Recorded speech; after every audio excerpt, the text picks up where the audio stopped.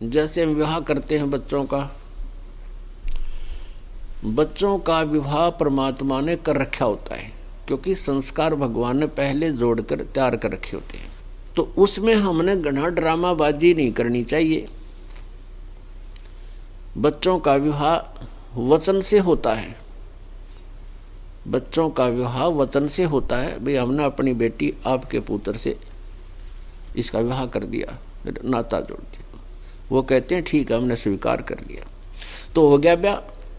इसमें चाहे सिंपल खाना खा लो, चाहे इसमें ढोल पीट लो, और चाहे इसमें नाच गा लो, बात वह है कि वह उतनी ही है। बच्चों का संस्कार जोड़ देना है और उनको विदा कर देना। इससे फालतू हम करते हैं तो हम बकवाद करते हैं वो। तो इस प्रकार हमने हर प्रकार से अपने इस वाहियात खर्चे को कम करना है। और फिर देखना 20% मेहनत से आपका गुजारा सुथरा चलेगा, और फिर बाकी जो समय आपको मिलेगा वो भक्ति करेंगे, भगवान का नाम जपया करेंगे। तो इस प्रकार हमने अपने आप को एक साधु भक्तों वाले लाइन पर लाना है, तब हम भक्ति कर सकते हैं। अभी शुरुआत है इस मार्ग की। पुण्यात्माओं कुछ दिनों में देख लेना आप, सब तंग पा रहे ब्याह की व्यवस्था से। एक बेटी होती है, बेटी कितनी अच्छी संतान होती है, पहले माता पिता के घर पे काम करती है, और फिर जैसा उसको यहाँ विदा कर दिया तुरंत चली जाती है, और जा करके अगले सारा जीवन दूसरे के घर में पशु की तरह लगी रहती है। और आज बेटी हमें इतना कैर बना लिया, किस कारण से? उसके ऊपर एक अननेसेसरी खर्चा बना लिया, ब्याह का, दहेज का। ये दुश्मन बना लिया अपने पैर पाप को आड़ा मार बैठे। अब ये सूत में नहीं आता क्योंकि रिवाज बन गई। और जिस कारण से बेटियों की मृत्यु गर्भ में करने लग गए, देख कैसे पापी बन गए हम। तो धीरे धीरे अब ये समाज में सुधार आएगा, सच्चाई से परिचित होंगे, हमारी संख्या भक्तों की बढ़ती चली जाएगी।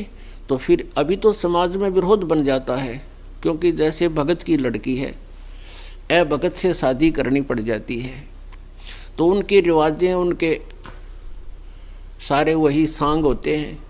लेकिन भगत को चाहिए कि पहले खोल कर दे कि अकेली लड़की है मेरे पास, ना कोई दहेज दूंगा।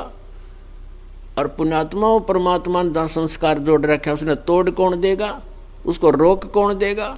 हम डर जाते हैं, घबरा जाते हैं कि बेटी का ब्याह ना हो। ये भूल कर ना सोचना। फिर देखना परमात्मा की लीला कैसी करते हैं वो अपने, फिर वो परमात्मा साथ देंगे आपका, जब आप उसका नियम पालन करोगे।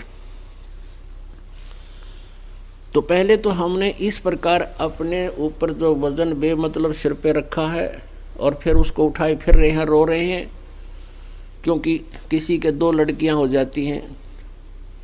और आजकल जैसे विवाह की प्रथा चली हुई है, उसके लिए मरण हो जाता है। सारा दिन चिंतित रहता है, किसी से कर्जा लेता है, कुछ करता है, कुछ करता है।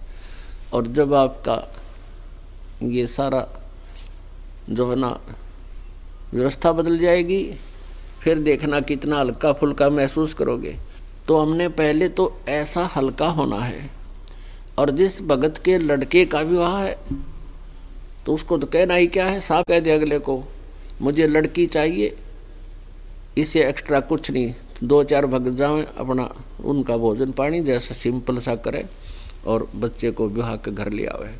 इस तरह आप सुधार लाओ, अपने आप में भी सुधार करो, समाज में भी फर्क पड़ेगा धीरे धीरे।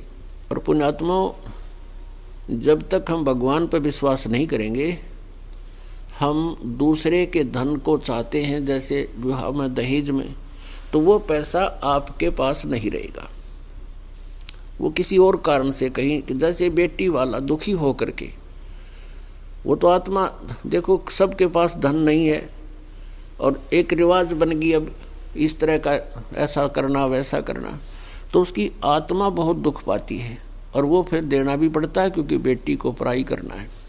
तो वो दिया हुआ धन अगले को कभी नहीं रास आता, लेकिन हम अंधे होकर घसीट रहे हैं इसको।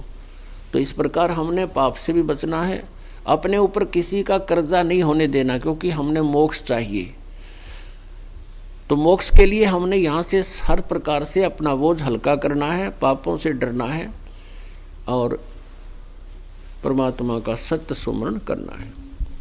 अपने आत्मा प्रसंग चल रहा है कि हम यहाँ काल के जाल में फंसे हुए हैं और यहाँ जन्म और मृत्यु के रोग से हम ग्रस्त हैं। जब तक हमारा जन्म और मृत्यु का रोग नाश नहीं होगा तब तक हम सुखी नहीं हो सकते। परमेश्वर कबीर देव जी हमें बताते हैं,